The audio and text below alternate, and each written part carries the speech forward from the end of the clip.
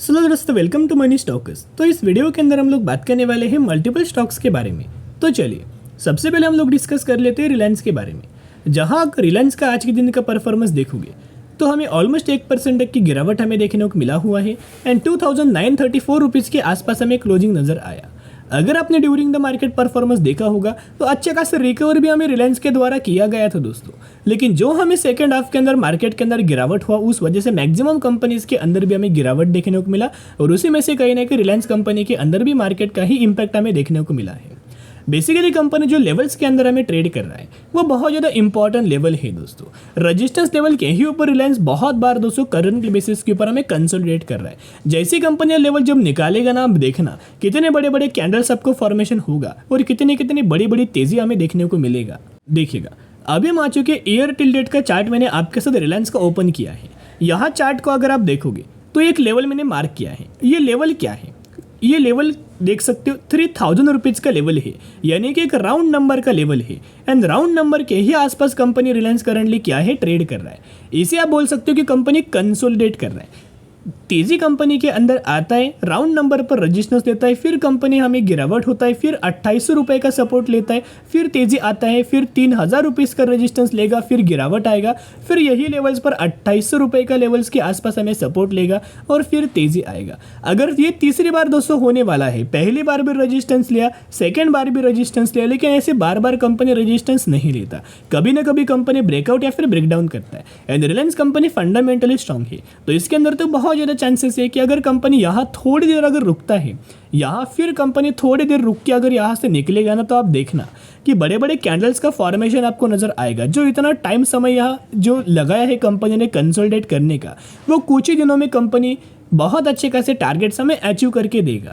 तो technical chart भी हम लोग डिस्कस करेंगे ही करेंगे, लेकिन सबसे पहले अपडेट्स क्या आए हैं ना, वो बारे में डिस्कस कर लेते हैं। आप देख सकते हो ये अपडेट्स एकदम फ्रेश अपडेट्स के बारे में हम लोग बात कर रहे हैं। Reliance consumer products to focus on beverage independent brand, यानी कि अगर आप यहाँ देखोगे बेवरेज प्रोडक्ट्स के अंदर कंपनी फोकस कर रहा है एंड इंडिपेंडेंस ब्रांड के ऊपर कंपनी लगातार दोस्तों फोकस कर रहा है। ये कौन फोकस कर रहा है? रिलायंस कंज्यूमर ये फोकस हमें करते हुए देखने को मिल रहा है, ताकि इनको इन एक सेगमेंट्स को बूस्ट करना है। और अगर रिलायंस कोई भी सेगमेंट्स को बूस्ट करता है, कोई भी सेगमेंट के अंदर फोकस करता है, तो आप समझ जाना कि आने वाले फ्यूचर में इस सेगमेंट के अंदर वो बहुत अच्छा खासा परफॉर्म करेंगे। इनके द्वारा दोस्तों ये भी हमें बोला गया है, आप यहाँ देख सकते हो, Reliance consumer product which has been announcing launch across various categories ranging from biscuit to detergent will now focus on beverages. यानी कि अगर आप देखोगे ये पहले भी दोस्तों फोकस किया हुआ है बिस्कुट से लेकर डिटर्जेंट तक, यानी कि वेरियस कैटेगरीज के अंदर दोस्तों ये लगातार क्या कर रहे हैं, फोकस कर रहे हैं। राइट अभी और ज़्यादा कैटेगरीज के अंदर दोस्तों फोकस करने वाले हैं, बेवरेज के अंदर ये फोकस करने वाले हैं एंड इंडिपेंडेंस ब्रांड्स के ऊपर भी ये फोकस करेंगे। It started its journey in the fast moving consumer goods, यानी कि FMCG space, by making its a first acquisition the defunct Campa Cola brand in 2022 for around 22 crores and this continue to remains its main focus area even now. यानी कि इनको जो इनको consumer वाला segment है उनको बहुत अच्छा खासा बूस्ट करना है। सेकेंड अपडेट देखोगे तो ये भी अपडेट्स हमें आज के दिन नजर आया था, आप देख सकते हो, डेट एंड टाइम जरूर नोट डाउन करना। देखिएगा Mukesh Ambani Africa plan new affordable telecom venture in Ghana, यानी कि अगर आप ये देखोगे ये क्या कर रहे हैं, अफ्रीका के लिए एक प्लान इन्होंने रखा हुआ है जिसके अंदर टेलीकॉम वेंचर्स ये न्यू अफोर्डेबल लॉन्च करने वाले हैं गाना के अंदर।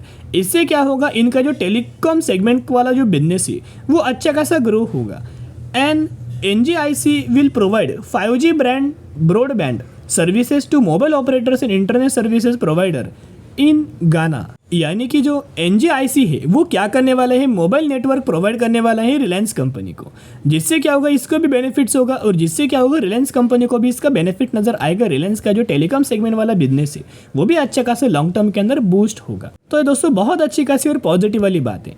और ये जो क्वेश्चन का आप लोग आंसर पूछ रहे थे, बहुत सारे लोगों को एक डाउट है, बहुत सारे लोग पूछ रहे थे कि सर जो जियो का IPO है वो कब आने वाला है मार्केट के अंदर, उसके ऊपर क्या कुछ लेटेस्ट अपडेट्स आए हैं? नहीं दोस्तों, उसके ऊपर कोई लेटेस्ट अपडेट्स हमें देखने को नहीं मिला। ये पुराना एक अपडेट आया था, जो अपडेट आया था दिसंबर 2023 के अंदर। ये अपडेट क्या था, Reliance Jio IPO likely to come next year, यानी कि अगर आप यहाँ देखोगे तो जियो का जो आईपीओ आने वाला है वो अगले साल आने वाला है। ये खबर आया था दिसंबर 2023 के अंदर, यानी कि 2023 के अंदर ये आया था। इसके मुताबिक 2024 एंड तक, दिसंबर 2024 एंड तक हमें रिलायंस जियो का आईपीओ हमें मार्केट के अंदर आ सकता है, ऐसे इनके द्वारा हमें एक मानना निकल के आ रहा है। एंड रिलायंस रिटेल का आईपीओ कब आएगा, इनके द्वारा भी ये बोला गया था जब जियो का आईपीओ लॉन्च होगा। जियो आईपीओ लॉन्च के 1 साल बाद रिलायंस रिटेल का भी आईपीओ हमें मार्केट के अंदर आएगा, ऐसी कंपनी के ऑफिशियल्स के द्वारा हमें स्टेटमेंट दिया गया था। तो दोस्तों बहुत अच्छी खासी और पॉजिटिव वाली बात है। उसके साथ साथ म्यूचुअल फंड्स का भी डेटा देखोगे तो जैसे जैसे कंपनी रजिस्टर्स लेवल पर कंसोलिडेट कर रहा है, राउंड नंबर के आसपास कंसोलिडेट कर रहा है, वैसे म्यूचुअल फंड्स लगातार बड़े बड़े खरीदारी हमें लगातार कर रहे हैं। जैसे मैं आपके साथ शेयर करना चाहूँगा, आप देख सकते हो नवंबर, दिसंबर, जैन, फेब, मार्च, हर एक महीने म्यूचुअल फंड्स के द्वारा जो ग्रीन आपको दिखाई दे रहा है ये बाइंग है दोस्तों। रेड अगर होता तो ये सेलिंग हमें माना जा सकता था, लेकिन ये जो ग्रीन है ना वो पॉजिटिव है, वो बाइंग है। यानी कि एक महीने में भी म्यूचुअल फंड्स ने रिलायंस के अंदर माल नहीं बेचा, तो आप समझ सकते हो कितना बड़ा तेजी आने वाला है जब ब्रेकआउट होगा। एंड करंटली कुछ ब्रोकरेज फर्म के द्वारा टारगेट भी दिया है, तो जेफरीज के द्वारा बोला गया है कि एक बाइंग रिकमेंडेशन दिया है और टारगेट प्राइस 3400 रुपये का दिया गया है। तो जरूर कंपनी के अंदर दोस्तों बाउंड्री स्ट्रेटेजी अप्लाई करना रिलायंस कंपनी कोई बुरा नहीं है। ये कंपनी बहुत सारे सेगमेंट के अंदर काम करता है, बहुत सारे जो सेगमेंट्स के अंदर कंपनी नया नया इन्वेस्ट कर रहा है, लगातार कंपनी रिन्यूएबल एनर्जीज के अंदर भी निवेश कर रहा है। तो उसके हिसाब से आप समझ सकते हो कि लॉन्ग टर्म के अंदर नए नए जो ट्रेंडिंग सेगमेंट है, ट्रेंडिंग सेक्टर है, उन वजह से भी कंपनी को बहुत अच्छा खासा फायदा होगा। तो चलो अभी हम बात करेंगे अगली कंपनी के बारे में जिसका नाम है मदरसन सुमी लिमिटेड, यानी कि संवर्धन मदरसन इंटरनेशनल के बारे में हम लोग बात करेंगे।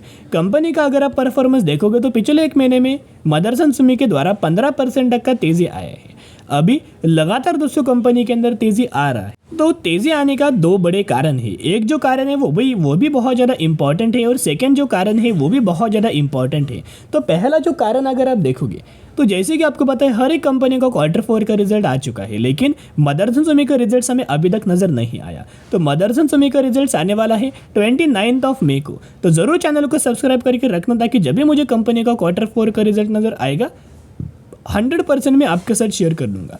लेकिन मार्केट क्या एक्सपेक्ट कर रहा है, अगर मार्केट का एक्सपेक्टेशन फुलफिल होता है तो तेजी आएगा, फुलफिल नहीं होता तो गिरावट आएगा। लेकिन कोई भी कंपनी के अंदर रिजल्ट्स आने से पहले अगर तेजी आ रहा है ना, तो आप समझ जाना कि 99.9% जो रिजल्ट्स आता है वो पॉजिटिव ही हो सकता है, राइट। एंड कंपनी बुरा नहीं है, कंपनी फंडामेंटली तो स्ट्रांग है। मार्केट एक्सपेक्ट क्या कर रहा है, अर्निंग पर शेयर के अंदर 1.10 कर रहा है, इससे अच्छा करता है तो अच्छे खासी तेजी आएगा। रेवेन्यूज के अंदर क्या एक्सपेक्टेशन है 26,450 करोड़, इससे अच्छा रिपोर्ट करता है तो यहाँ भी एक बड़ा सरप्राइज देगा और यही से एक तेजी आएगा। और सिमिलर मदरसन सुमी के अंदर भी म्यूचुअल फंड्स का डेटा देखोगे तो एक महीने माल बेचा गया था, जो महीना आप देख सकते हो वो था ऑलमोस्ट हमें नवंबर के अंदर माल 200 बेचा गया था। लेकिन दिसंबर हो, जैन हो, फेब हो, मार्च हो या फिर अप्रैल हो, तो लगातार दोस्तों म्यूचुअल फंड्स के द्वारा क्या किया गया है, माल बाइंग किया है। तो आप समझ सकते हो कि रिजल्ट्स भी आने वाला है, रिजल्ट्स आने से पहले तेजी भी आ रही है, म्यूचुअल फंड्स के द्वारा एंट्री भी हुआ है। और एक और बहुत बड़ा पॉजिटिव कारण है जिस वजह से तेजी आई है, तो वो कारण के ऊपर, वो रीजंस के ऊपर आ चुके हैं। वो रीजन है इनका टेक्निकल चार्ट। तो बहुत सारे लोग जो चैनल को फॉलो करते हैं उनको पता होगा कि क्यों तेजी आ रहा है। टेक्निकल चार्ट के अंदर कंपनी का एक पैरेलल चैनल बना हुआ था, ये नीचे का एक सपोर्ट लेवल है, ये ऊपर का एक रेजिस्टेंस लेवल है। और ये पैरेलल चैनल कब से है, अप्रैल 2023 से 224 यहाँ से स्टार्ट होता है, यानी कि अप्रैल 2023 से ये कंपेयर हो रहा था, राइट। ये जो ट्रेड लाइन है वहाँ से आ रहा था, पैरेलल चैनल तब से था, यानी कि 1 साल कंप्लीट हो चुका है। 1 सालों का पैरेलल चैनल का जब ब्रेकआउट आता है, जैसे कि आप देख सकते हो ये पैरेलल चैनल का एक ब्रेकआउट आया हुआ है, तो आप समझ सकते हो कितना ज़्यादा हमें तेजी आएगा, उसी की वजह से तेजी आ रहा है। ये जो पैरेलल चैनल था बहुत बार कंपनी ने क्या किया था, रेजिस्टेंस लिया था, लेकिन यहाँ हमने आपके साथ क्या शेयर किया था कि कंपनी के पास बहुत ज़्यादा चांसेस है कि यहीं से कंपनी ब्रेकआउट करे, यहाँ से कंपनी कंसोलिडेट कर सकता है, यहीं से ब्रेकआउट कर सकते हैं। तो आप देख सकते हो कंपनी का फाइनली ब्रेकआउट हुआ है। लगातार अभी कंपनी के अंदर जो कैंडल्स फॉर्म हो रही है ना, ये यही कारण की वजह से एंड Q4 रिजल्ट्स की ही वजह से तेजी आ रहा है। तो एक ही रिक्वेस्ट करना चाहूँगा, अभी बाइंग मत करना, सबसे पहले रिजल्ट देखना, और जब भी कंपनी आपको गिरावट के अंदर मिले, कंसल्टेशन फेज के अंदर मिले, तब बाइंग करना। अभी हम बात करने वाले हैं बालाजी फार्मास्यूटिकल्स लिमिटेड। 710 रुपये पर ट्रेड कर और मैक्सिमम में 4600% तक का रिटर्न शेयर होल्डर्स को बना के दिया। तो ये वही कंपनी, रिसेंटली कंपनी ने क्या किया है, 1:5 रेशियो का स्प्लिट का अनाउंसमेंट किया है, जिसके अंदर आपको 1 के बदले 5 शेयर मिलने वाले हैं, राइट। तो ज़रूर कंपनी के बारे में स्टडी एनालिसिस ज़रूर करना। तो चलिए आज के लिए इतने। अगर आपको ये वीडियो पसंद आए जरूर वीडियो को लाइक और चैनल को सब्सक्राइब करके चल सकते हो। फिर मिलेंगे, बाय।